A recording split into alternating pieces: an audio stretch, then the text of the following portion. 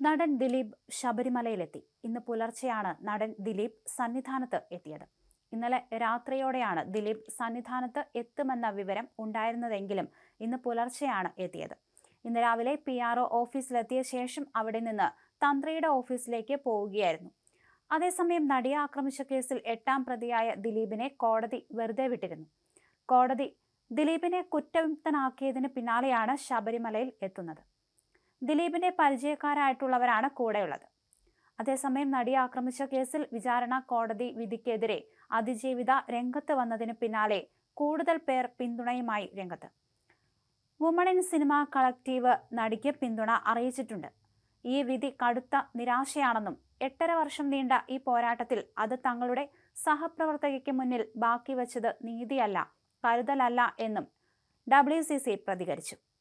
കേരളത്തിന് അത് നൽകുന്ന സാമൂഹ്യ പാഠം ഇനി പരാതിയുമായി മുന്നോട്ട് വരരുത് എന്ന അത്യന്തം നിരാശാജനകമായ വിലക്കാണ്. വിധി സൂക്ഷ്മമായി പഠിച്ച് തുടർ നടപടികളുമായി ഞങ്ങൾ ശക്തമായി മുന്നോട്ട് വരും, പോരാട്ടം തുടരും, WCC കൂട്ടിച്ചേർത്തു.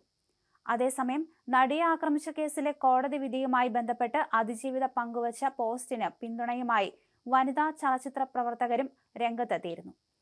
Parvathi Thiruvothu, Rima Kallingal, Ramya Nambeesan, Ahaana Krishna, Shafna, dubbing artist Bhagyalakshmi, producer Supriya Menon, Sayanora Philip, Leela Santhosh തുടങ്ങിയവർ അതിജീവിതയുടെ പോസ്റ്റുകൾ റീഷെയർ ചെയ്തു.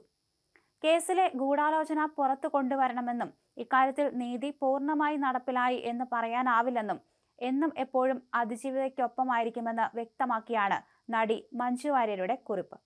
അതേസമയം പ്രതികരണം പങ്കുവച്ച് നടൻ പൃഥ്വിരാജും രംഗത്ത് വന്നിരുന്നു. തന്റെ സമൂഹ മാധ്യമ അക്കൗണ്ടിലൂടെയാണ് അതിജീവിതയുടെ കുറിപ്പ് പൃഥ്വിരാജ് പങ്കുവച്ചത്. അതിജീവിതയ്ക്കായി ആദ്യം മുതൽ നിലയുറപ്പിച്ചിരുന്ന താരങ്ങളിൽ ഒരാളാണ് പൃഥ്വിരാജ്. അമ്മ സംഘടനയ്ക്ക് അകത്തും പുറത്തും അതിജീവിതയ്ക്കായി ശബ്ദം ഉയർത്തിയ ആളാണ്.